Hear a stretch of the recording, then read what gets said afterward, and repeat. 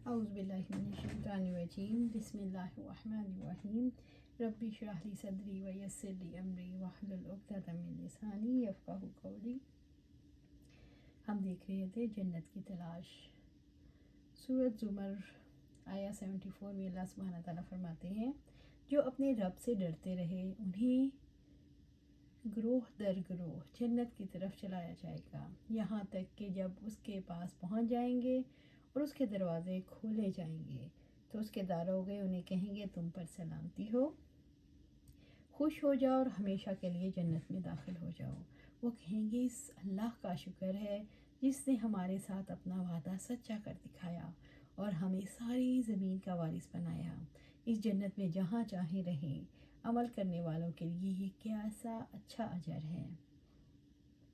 اللہ تعالیٰ کا کلام جب ہم پڑھتے ہیں، محمد صلی اللہ علیہ وسلم کے دیے کے قرآن کو جب ہم پڑھتے ہیں، اس میں ایک ایسی دل فریبی ہوتی ہے کہ زمین کا تذکرہ ملتا ہے جہاں سکون ہی سکون ہے، امن ہی امن ہے، جہاں راحت ہے، جہاں دل فریبیاں ہیں، جہاں گنگناتے چشمے، جہاں موز اور آبشاریں، جہاں شہد کی نہریں، جہاں دودھ کی نہریں، جہاں شراب کی نہریں، جہاں ایسے پانی کی نہریں جس میں کوئی ملاوٹ، کوئی گندگی شامل نہیں، جہاں آپس کی محفلیں ہیں، دل میں نہ بغض ہے، نہ رنج، نہ کدورت، نہ عداوت، جہاں کوئی کسی سے خفا نہیں، جہاں کسی قسم کا غم نہیں، جہاں کوئی بیماری نہیں، جہاں کوئی تکلیف نہیں، جہاں ہر اعتبار سے انسان کے لیے راحت دل کا، تسکین دل کا اہتمام ہے۔ ذرا تصور کیجئے ایسی جگہ کا، کس کا جی نہیں چاہتا اسے ہمیشہ ہمیشہ کا سکون مل جائے؟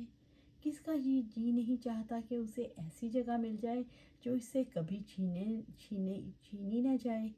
اللہ کی کتاب، نبی صلی اللہ علیہ وسلم کی سنت، آپ صلی اللہ علیہ وآلہ وسلم کی گفتگو، آپ صلی اللہ علیہ وآلہ وسلم کی باتیں، آپ صلی اللہ علیہ وآلہ وسلم کی احادیث ہمیں بتاتی ہیں کہ جنت میں کبھی وبا نہیں پھوٹتی، جنت میں کوئی ہسپتال نہیں، جنت میں کوئی ورکشاپ نہیں، جنت کی گاڑیاں ٹھیک ہونے کے لیے جاتی ہوں، جنت میں کسی نوعیت کی بیماری نہیں، کوئی تکلیف، کوئی دکھ نہیں۔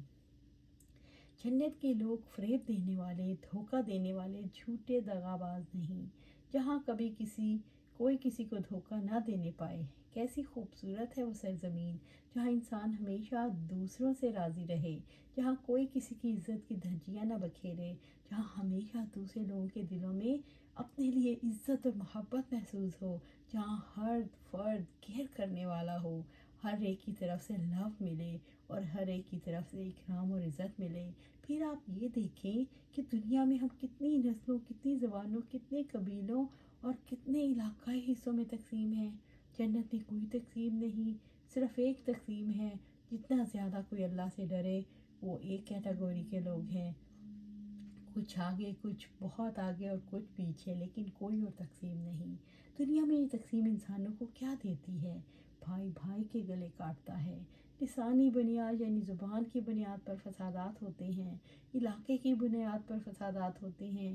جب کبھی کوئی قوت والا کسی کمزور پر قابو پا لیتا ہے تو کیسے گھر چلتے ہیں، کیسے بستیاں جلتی ہیں، کیسے عزتیں تار تار ہوتی ہیں، کیسے خواتین گھروں سے باہر نکلتے ہوئے خوف محسوس کرتی ہیں۔